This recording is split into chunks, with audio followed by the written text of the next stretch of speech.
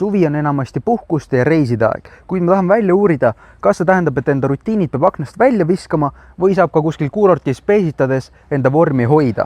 Täpsemalt ma olen omadega teel Burgasesse, mis on siis üks Bulgaaria kuurortlinnadest Musta mere rannikul. Nii et ahvatlus ilmselt jagub omajagu, vaatame, kuidas ma suudan neile vastu panna selle reisi jooksul ja vorm isegi võib-olla natukene aja jooksul paremaks saada. Täna hommikune kaal mul oli 88 kilogrammi, nii et ma lihtsalt loodan, et ma ei tule sealt 3-kohalise kaalunumbriga juba tagasi.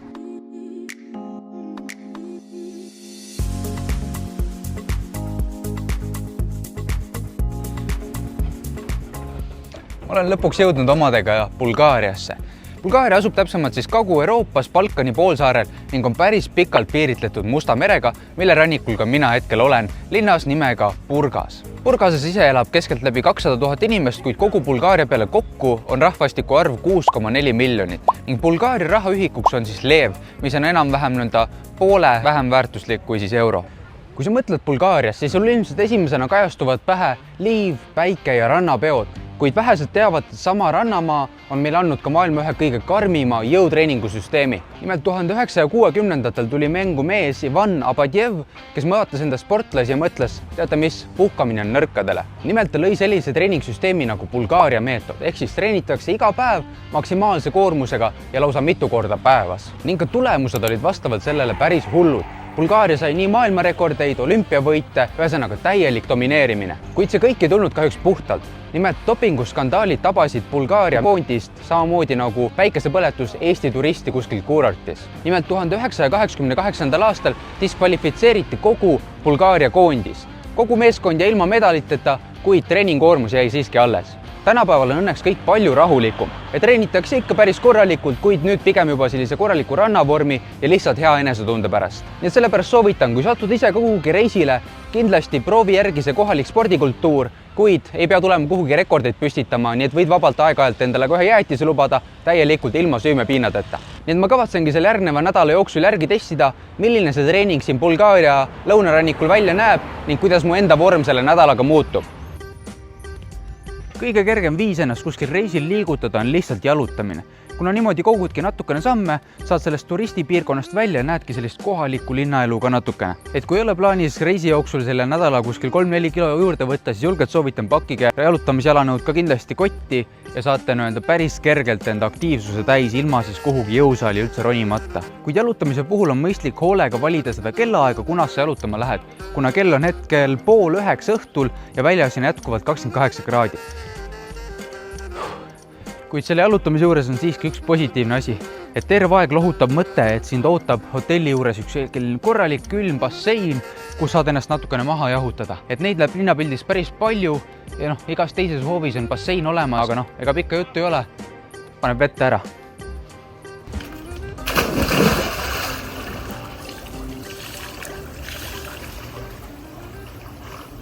Lisaks päevitamisele ja niisama jalutamisele on ka väga mõistlik teha puhkuse ajal vahele paar sellist korralikumat jõutreeningut. Et selle jaoks ongi mul praegu võetud suund siis ühe kohaliku jõusaali poole, et kuna Bulgaarias tegelikult selline jõusaali kultuur, jõutõstmine, kõik see on päris populaarne. Siis lähengi vaatan ära, milline on kohalik jõusaal, kuid väljas on selline 30 kraadi juba. Et ilmselt selleks ajaks, kui kohale jõuan, on juba soojendus tehtud, aga vaatame, kuidas see trenn olema saab.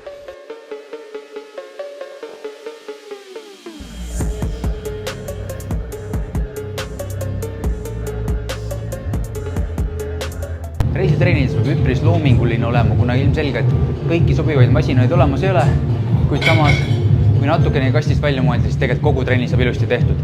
Et kõik lihasgrupid saab läbi tehtud, kuna ma päris igav trennis ei taha käia, et tahaks mõne päeva ette lihtsalt rannas lesimiseks ka, siis ma teengi täna pigem kogu ülakeha trenni, et siis teise päeva jätangi puhtalt alakehale. Et nii ma saan vähe kompaktsemalt kogu treening nädal läbi tehtud. Ekstreemselt palav on tegelikult trenni teha, aga vähemalt pani jõusaali omanik nublu plästima, nii et mis nii viga tegelikult trenni teha. Et seda ei kuule isegi Eesti jõusaalides. Et tegelikult valik on väga korralik, masinaid jagu, trenni saab tehtud. Õhku pole, aga see on siin tahes-tahtmata 30 kraadi puhul. Et selles suhtes tegelikult, kui tahta, saab kõik vajalikud harjutused tehtud.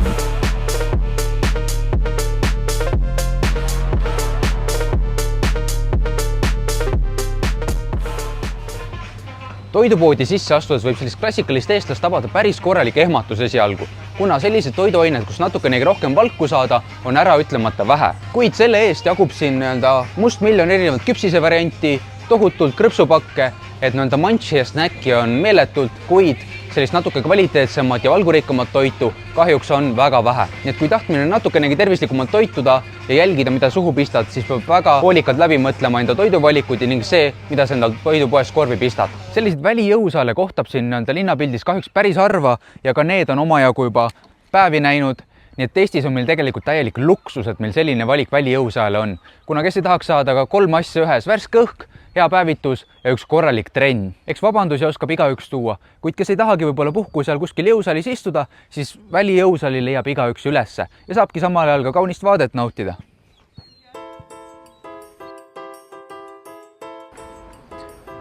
Reisil on õnneks see positiivne pluss, et siin leiab alati põhjust jalutamiseks, et on kindlasti selliseid ilusaid kohti, mida ka vaatama minna ja selle läbi natukene ka samme saada. Hetkel ma olengi tulnud siia Nessebari vanalinna, mis on tuntud enda erakordselt hästi säilinud ajaloolise arhitektuuri poolest.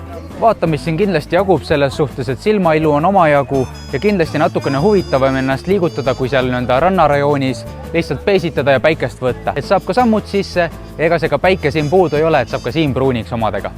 1983 kuulutati see Nessebari vanalinn ka siis UNESCO maailmapärandite sekka ja selle tõttu on see kindlasti ka palju rohkem hoitud ja korras linnaosa, kui siis võib-olla see tavaline turistipiirkond. Et kes peaks sattuma ka ise siia Musta mere rannikule, siis julgelt soovitan, tulge siit Nessebari vanalinnast läbi, et see on siiani kindlasti olnud reisi üks kõige meeleolukumaid kohti.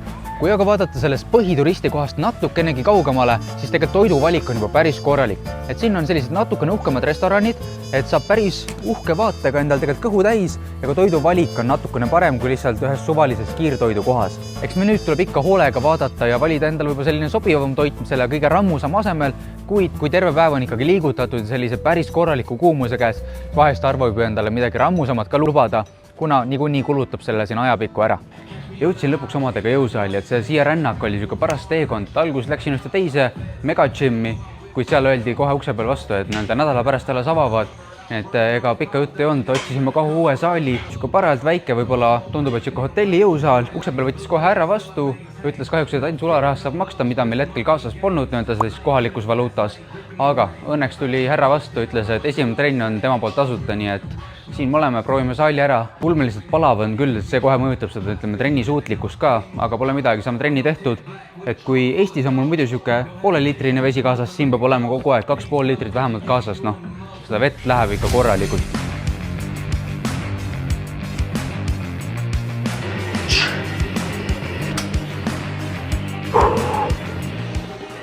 Tegelikult saab päris hea trenni tehtud. Siuke parajalt väike saal, ainuke miinus on see, et ega ma väga raskemaks ei saa minna. Panin 130 kilo peale ja suuri raskuseid väga rohkem pole, nii et täna teeme natuke kergem, natuke rohkem korda sellist, et ega midagi muud teha pole. Trenni saab ilusti tehtud. Tegelikult puhkusel ei olegi hullu, kui sa 100% enda kava võib-olla ei jälgi, kuid see, et sa juba ennast natukene rohkem liigutad, see on tegelikult päris palju juurde. Et seda enam võib-olla saadki õhtul seda, rahulikku päikest, kõike seda nautida, ongi siuke mõnus tunne sees.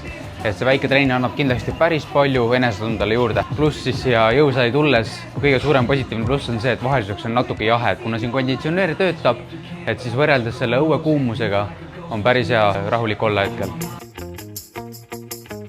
Üks suurimaid põhjuseid, miks inimesed üldse siia Bulgaaria lõunarannikule tulevad, ongi see sama must meri, mis siin laiub. Nagu näha, inimesed võtavad maksimumi, naudivad kuuma ilma ja seda sooja merevett. Nii et paljudel see kahjuks jääbki ainukeseks aktiivsuseks, aga selles suhtes, kui jalutama ei viitsi ja võib-olla jõusaali ei kutsu, siis vähemalt nendes suurtes lainetes hüpeldes saab päris palju ennast juba liigutada.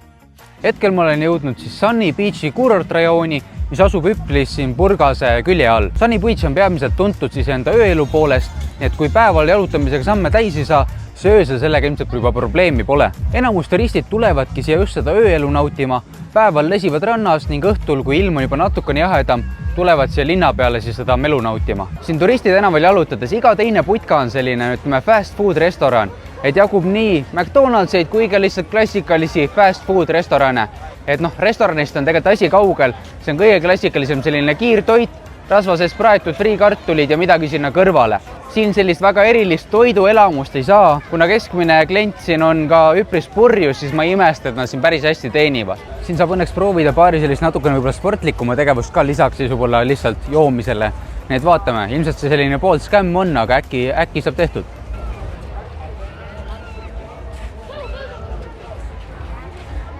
Tegelikult saab tehtud küll, ei ole midagi nii hullu. Paari võib-olla niisugust julgustavat jooki ka sisse, ongi pre-workout'ina.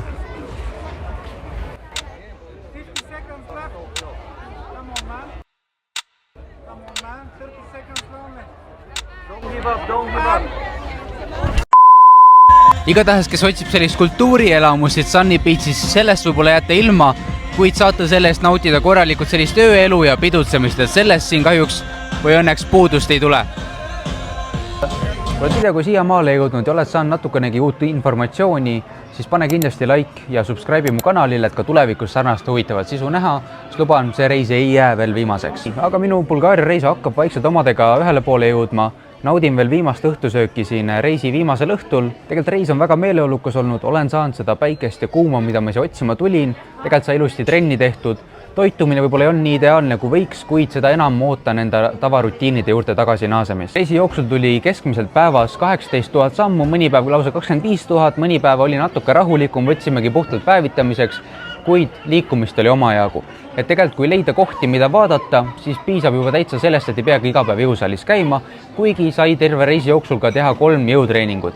Et jõusaalid said külastatud, kindlasti on kvaliteet selline, nagu ma võib-olla olen Tallinnas harjunud, kuid igal pool ei peagi samasugune olema. Et tegelikult kui reisida ja natukenegi üritada enda liikumist üleval hoida, saab ilusti kõik koormuse kätte ja saab ka siin trennid tehtud. Kuid eks ma tulin ikkagi peamiselt puhkama ja nende päikest nautima, ka see sai tehtud, sain korraliku proni nahatooni endale juurde, kellel vähegi võimalik ja saab siia Bulgaaria poole reisida, julgelt soovitan seda. Tulge külastage seda Musta mere rannikut, kuid ma ise ilmselt järgmiseks reisiks otsin juba mõne natuke seiklusrohkema koha, kuid seda peate juba ootama jääma. Kohtume järgmises videos.